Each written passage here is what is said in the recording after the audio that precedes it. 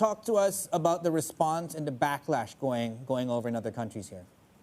Yeah, there's been criticism, of course, abroad for this invoking of the Defense Production Act, but Donald Trump says it's warranted, and it gives him the power to address the shortages in the United States. Of course, Trump late Friday imposed that ban on exports of protective equipment like those much sought-after N95 respirator masks, also surgical gloves.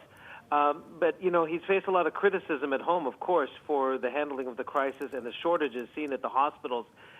So he's getting tough on a number of U.S. exporters. 3M was the most recent one, where it was a high-profile feud on Twitter with that company for exporting the equipment. Now, Peter Navarro of the White House says they are, quote, locked and loaded at the border to crack down on all what he called black market profiteering in this type of equipment.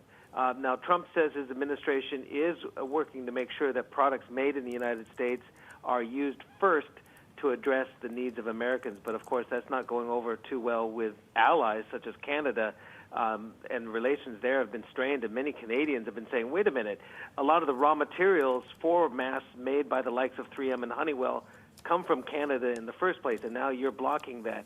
Well, Canada is said to be still in negotiations to get an exemption from that ban.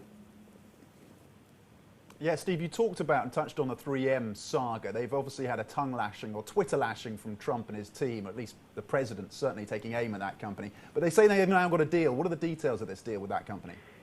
Yeah, the deal that Trump has reached with 3M is to provide an additional 55.5 million masks a month for U.S. healthcare workers and also frontline individuals fighting the outbreak. We're also hearing that this deal, 3M will import additional N95 respirator masks to the tune of 166.5 million over a 3-month period, and imported primarily from its manufacturing facility in China. So Donald Trump, in a tweet, pretty much said that it's you know, a closed chapter with 3M.